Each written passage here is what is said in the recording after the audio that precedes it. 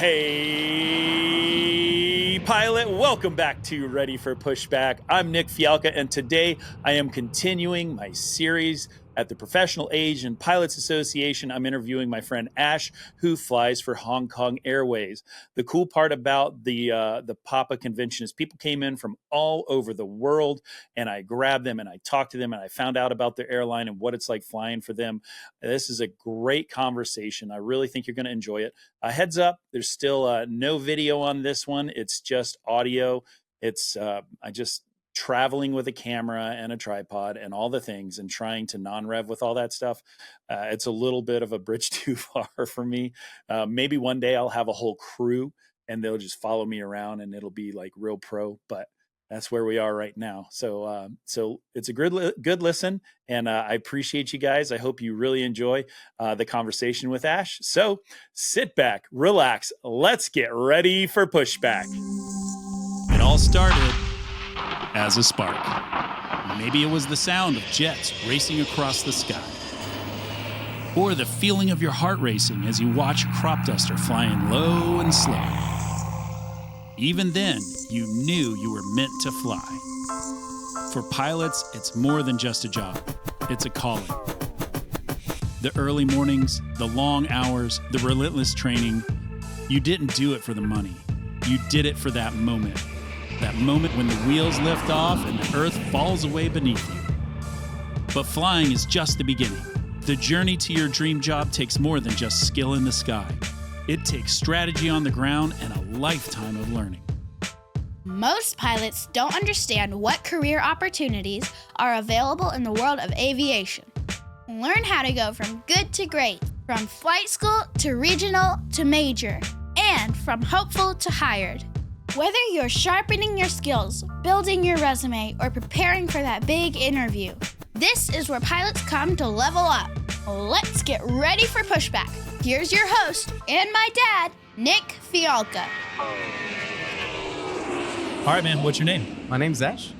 I grew up in New Zealand, and I've been an aviation fan all my life. In university, currently I'm flying overseas, based in Asia and Hong Kong for the last 10 plus years. What are you flying in Hong Kong? A320. Previously the 330 and 350 when I was a co-pilot. Now Okay. I'm upgraded and flying the 320 as a captain. Amongst other things as well, I'm in the office a lot. I'm in management, doing corporate safety and quality assurance, doing the audits and safety work, and train people as well on CRM and human factors. Yeah, so blessed to do a few things beyond flying, and it's been great. The ability to help people, which is what you're doing right now, it's amazing. That it fulfills me. Do you live in Hong Kong? Currently, yes. And we're in Las Vegas, Nevada. Yes. Why are you out here? Well, as a family, my wife and kids, we're planning a move here soon, and to get one step ahead, I'm here to network, meet and greet, and that would happen sometime this year, the move, and eventually I hope to be working here for one of the majors here. How long did it take you to fly here? The flight itself is about 13 hours coming here, maybe 14 and a half going back. Depends on the winds over Japan. Yeah. Man. Okay, so you're not a Hong Konger. No. So how did you find your way into Hong Kong? I see. Well, I graduated in New Zealand in 2008. If you remember 2008, that's not a great time to graduate. Yeah. Everywhere that I wanted to go, they were kind of relieving people off work. So I thought, crap, I can't do much. So I spent a few years working odd jobs at the airport for the airline, ground staff and things like that. I got my lucky break about 2-3 years later. It took me all the way to Indonesia, bush flying in Cessna Grand Caravans in the mountains. Real bush flying. Yes, I love that. Did that for a few years. Eventually got Survived. Well, yes.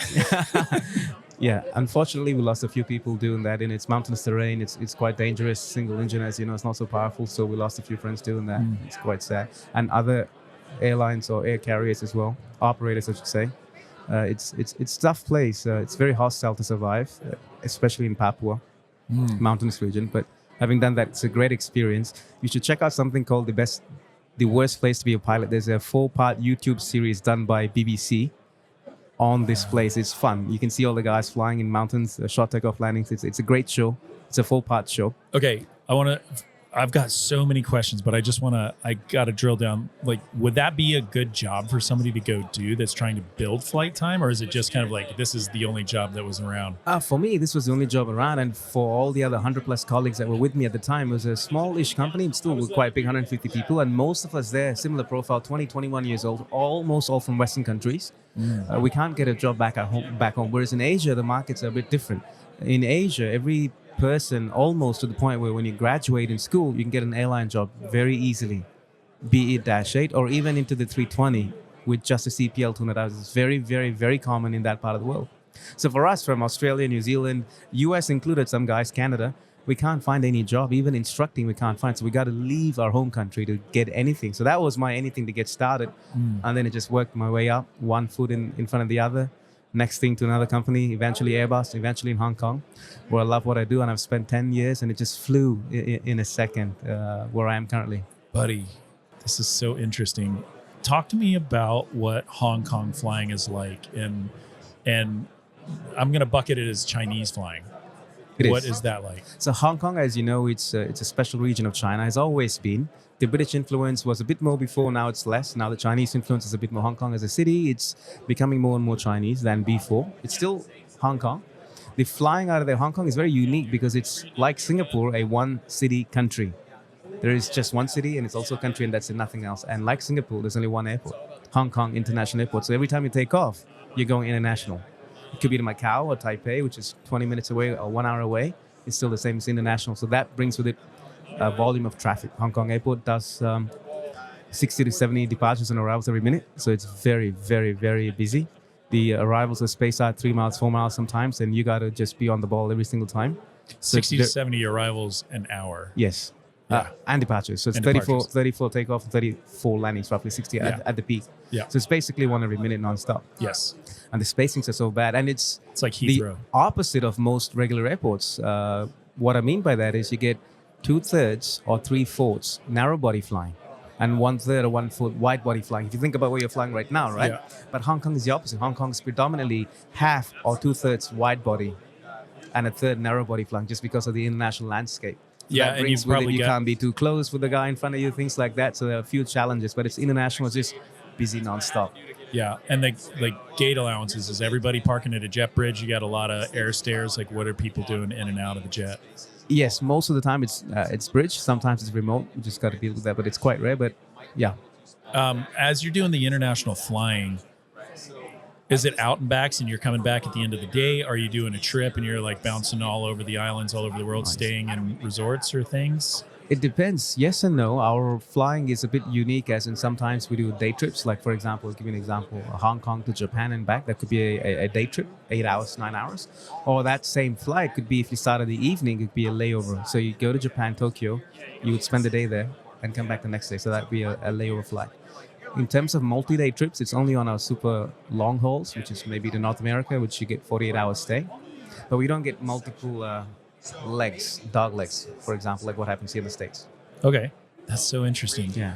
How about the money? Do you guys get paid? Hong Kong pays pretty well. The numbers are pretty big compared to the rest of the Asian region, but so with it comes the high cost of living in Hong Kong. So people, when they see the salary figures, they get very excited, but then they forget the component of the expenses. What's it cost to like rent your apartment? Currently, let's say if you live in a 2-bedroom apartment, that would set you back 2,000, 2,500 near the airport. If you want to live in the city, about three and a half grand. It's a bit more expensive downtown, but most of the guys stay around in the suburbs near the airport. A 3-bedroom would be around 2.5, 3 grand up to 4 grand. And that's get ready to be US surprised. dollars? Yes, US Okay. dollars. Get ready to be surprised. What is a small 2-bedroom home here for you, size-wise? A 2-bedroom home, I don't know, maybe 1,500 square feet. One more chance. A small. Go down lower. Lower? Yes. Like, I don't know, 1,000 square feet? Oh no, you're not even close to the ballpark thing. My first 2-bedroom apartment was 495 square feet. I had to live with my wife. Oh my. I moved to a bigger 2-bedroom, the biggest one the entire community has. I was 700 something, 750. I now live in a big 3-bedroom apartment in our community of apartment towers, Hong Kong's apartment towers, as you know. The big one that I stay right now is 1,000 square feet. 3-bedroom. Wait till And you go to that- Texas, buddy. Oh yeah, I know what you're talking about. They got So the space. biggest thing that the expats have an issue with Hong Kong is they're surprised at how small things are. Yeah. And you have to adapt. I mean, wife and kids, you got to adapt. There's no driving. Everything is the subway. No, not two-thirds, maybe even 95% of Hong Kongers, they take the subway, the MTR. The train system is great, so you don't drive. So it's a different way of living. Why leave? It sounds so good. We've spent the better part of 10 years, and now I have a family, a daughter as well. And I grew up in New Zealand. It's a great country, and I want something similar. And we fell in love with the US since we started flying here since 7-8 years ago on the Airbus 350 that got me here for work. And the wife traveled with me a lot. So we started plotting our move here. It's a few years in the making, but finally it came through this year. So we're quite excited to move. My folks are still in New Zealand, so I'll be, calling New Zealand home as well as America. How did you, first off, you had to become a citizen. Were you already a citizen? No, I applied for a green card Okay, through a visa channel myself. got it. And were you both granted it, or just you, and you're going to bring your wife? No, it's a family-based It's a family. petition, so we all got it, yes. Okay. And how about converting all your quals from Indonesian flying quals to US FAA? I've got that already. I've got my ATP as of a few months ago. I did the ATP theory class with Delta, Yeah. and I got the sim check right just a few months ago in Florida as well. So I got the unrestricted ATP Did you as do well. the 320? Yeah, Good. Yeah, Smart that's easy. man. That's easy for me because it's an upgrade. It's a fast course, 3 sims, 2+1 checkout. Yeah. Something that you're familiar with, so it's quite easy. What Yeah. about you? What airplane do you fly? I fly the 757 and the 767. So old, smells like cigarettes still. It's a good Beautiful plane, and especially when you can make it without, as long as it's got an APU, everybody's happy. That's kind of how it goes. All right, how about so getting all those things converted over, all your quals and certifications over to the FAA? Was that a big process? Was it not too hard? How did you figure out that you needed to do that? I wouldn't say it's a big process. It is time consuming as is anything else. There's pros and cons. But the support is available online if you know where to look at. I mean, in terms of the ATP classes, in terms of the theory, the study material, Shepard, and a few other places that you just use them for training aid for the ATP, for the theory knowledge. Once you do that, then you choose a range of providers that operates the simulator for the ATP check ride. So I wouldn't say it's difficult. It's just time consuming, and especially when it comes to doing the simulator selection of the companies, you got to be careful because there's a lot of them out there. It really depends on who you can trust, get that referrals going. Quality in terms of finding a correct company is the key. I got it done, but it took me a while. It's expensive too. It is. Despite being a fast class, which is 3 sims, the regular program I think is 6 or 7 sims if you don't have any experience. But the fast class was just okay. And it was only okay because of my current experience operating the airplane. If not, they will not even put you on that class because you can't handle it. Yeah. As you know, flying Yeah. jets yourself. Yeah. Yeah. I also flew the 320. I had 88 proud hours in the 320. So why'd you leave the love of your life? Listen, I decided to leave the 320 to pursue the 757 because I knew I didn't get a chance to fly the 747. And I knew that all of the old, beautiful planes of yesterday are gone. And I knew that my future is completely surrounded by Airbus and Boeing and the 737 and the 777 or maybe the 350 or 330. Like my life is going to be that. Yeah. But I only had one chance to just go and fly something with a 6-pack and just be in that I don't think I've flown anything romantic until then. And that's the only thing left that's romantic to me. Yeah. Is that weird? I fully understand what you mean. For the ATP class that I did for the week-long theory class, it comes to 2 sim sessions. And I got quite lucky. I got the 717 simulator. Oh, yeah. It Another was cool thing. Fantastic. All my classmates, they had 320, 330, 350, and they were over the moon about Sure. it. But I prefer the old school gauges, and the 717, it was just amazing. Exactly as you said it, these things are going away. Yeah. So honestly speaking, I love Airbus, but I would love to fly these things before they're gone because it's just an era that's Yeah. coming to an end. So I fully understand what you mean. Yeah. And then people are just going to be buying like the plane tags of the old piece of metal from it. Yeah. So, there's a little romance. I just talked to a guy here a few minutes ago that was a 747 pilot. Wow. And he had a few hundred hours in it. Yeah. And I was like, but he had, 3,000-4,000 hours total. Yeah. And I was like, buddy, like this is what's up. Like, look at your opportunity. The thing that you're doing, like the queen of the skies, like how cool. Historic, right? Yeah. And Anyway. not many companies are going to continue with the 747. So, yeah, unless you're flying cargo, that opportunity is going to be completely gone. Yeah. At the passenger level. So it's fresh out a lot. Yeah. You have to go to Korean. Yeah. Okay. Well, would you recommend for a person to come fly in Hong Kong? Well, yes. I mean, thinking about it from an American point of view, for any of your friends, if they want to explore, then the world is pretty big. Although flying is great in America, the compensation, the benefits are all really, really good. I don't have to tell you about that. But if you're trying to explore, yes, definitely get out there. The only thing I would say is in most Asian countries, including the Middle East, like Emirates and things like that, they will need heavy time, like Airbus time or Boeing time. Quite hard for someone to get in with a turboprop, like the ATR included, although it's considered a reasonably big airplane here. That alone to get you into an Airbus job is very, very remote. So these days, what I see currently is just Airbus people applying into Airbus companies, things like that. You might get lucky and get into the Boeing, for example, with Emirates or some of the other operators, but still you would need that experience to bring in with you. Because unlike the New Zealand included and America, we hire pilots. That's it. There's no rank. There's no type. Right? We hire you as a pilot. You start as an FO, become a captain. We throw you in an Airbus. We throw you in a Dash 8, whatever. Right? You take it as you go. But in Asia and in the Middle East, it works. We hire you as a first officer on the 320. Or we hire you as a captain on the 777, things like that. So the mindset is a little bit different because you're coming in as an expat. You're bringing in something that they need. And then, of course, most companies are nice and they promote you and they laterally move you to different airplanes. That exists in most companies. In some, you can't unless you're local. But in other companies, it does exist. So you can't leave the States if you're starting out. But if you have a reasonable experience, yes, then you can make that jump, explore, and go see the world and see other cultures and come back and bring that back with you. When I speak with people, I speak to quite a few people who have done Asia flying specific. And one of the big things that keeps coming up is a real problem with crew resource management. Yes. Do you see that as something prevalent in your world of Asia flying? Where I am in Hong Kong, no, because purely we're multicultural. There's a lot of people from a lot of different companies and countries, I would say. The dynamics, and I'll give you the best of both worlds because I've been in two different companies on two different spectrums, right? So where I am and my neighbor, the big cafe, bigger company, and take the likes of Emirates, Qatar included, it's inverse, meaning there's a lot more expats than locals.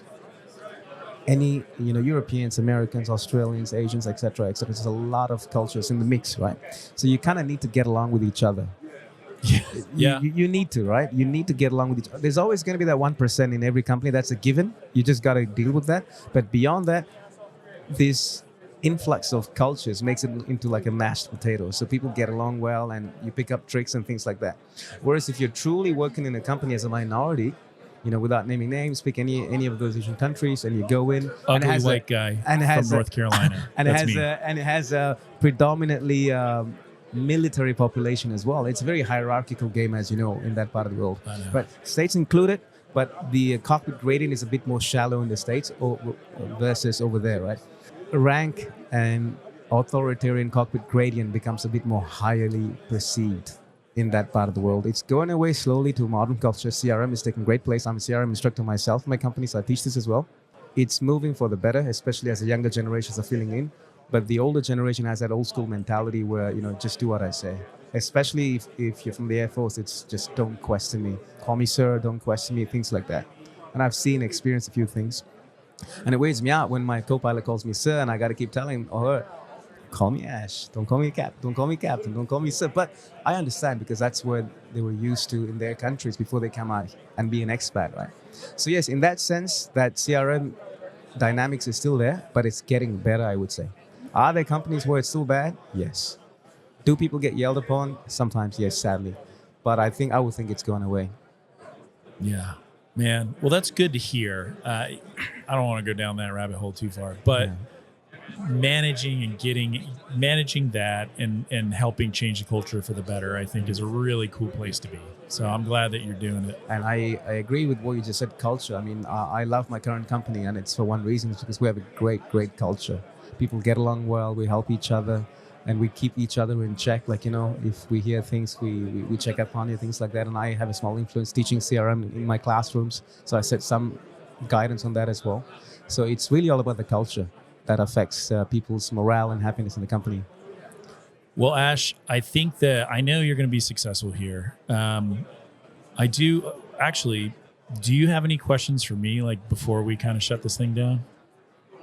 No, not really. I spoke to your team. They're fantastic. We've spoken before outside as well. So once again, thank you for the opportunity. Pleasure to see you, and we'll connect soon. Cool, man. I know you're going to be successful. You're such an easy speaker. Yeah. You're very eloquent, and you choose your words carefully, way more than I do. So I know you're going to crush.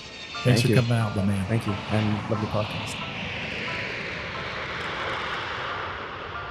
All right, pilots, that's a wrap on this episode, and I know what you're thinking. You need to make yourself a little bit better. So how do you make yourself a little bit better? You tighten up your resume. So here's what I want you to do. Go over to my website, spitfireelite.com/podcast, and you can download my free resume template. It is tight, organized, and it's the perfect pilot resume. It's just something I like to do for the pilot group, and it is free to you. So go over there, spitfireelite.com/podcast, and download your free resume template. While you're over there, look at all the services that we offer. Lots of great interview prep, lots of great application review. Everything you need to be a professional pilot is right there.